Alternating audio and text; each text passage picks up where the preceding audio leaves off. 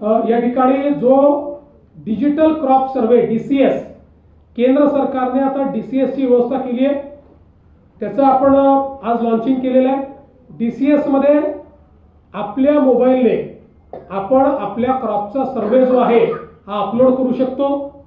त्याच्यामध्ये drop down menu आहे, कोणीही साधातला साधा शेतकरी तो करू शकतो। आमच्याकडे कोणी तपासणीला आलं नाही हे सांगता येणार नाही।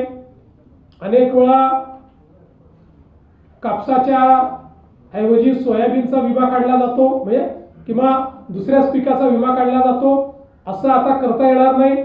तर याच्यामध्ये कंप्लीट आणि बॅकएंडला आपले जेवढे ॲग्री रेकॉर्ड्स आहेत हे सगळे रेकॉर्ड्स याच्यामध्ये असल्यामुळे एखाद्या व्यक्तीने या ठिकाणी DCS चा उपयोग केला की त्याच्या शेतीच्या माहितीसहित क्रॉपच्या माहितीसहित सगळी माहिती ही आपल्या जसं आपण 7/12 वर नोंद करतो तशी डिजिटल नोंद ही त्याची कंप्लीट त्या ठिकाणी होईल।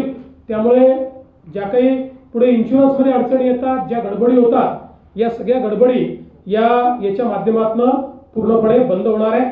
आणि जिथे काही ठिकाणी डोंगराळ भाग आहे त्या ठिकाणी कनेक्टिव्हिटी नसते, तिथे त्यांनी फोटो काढून नंतर कनेक्टिव्हिटी मध्ये येऊन जरी अपलोड केलं तरी ते अपलोड होणार आहे आणि जणू काही त्यांनी तिथेच अपलोड केलं अशा पद्धतीने ते अपलोड होणार आहे। हे देखील आपण लॉन्च केलेलं आहे।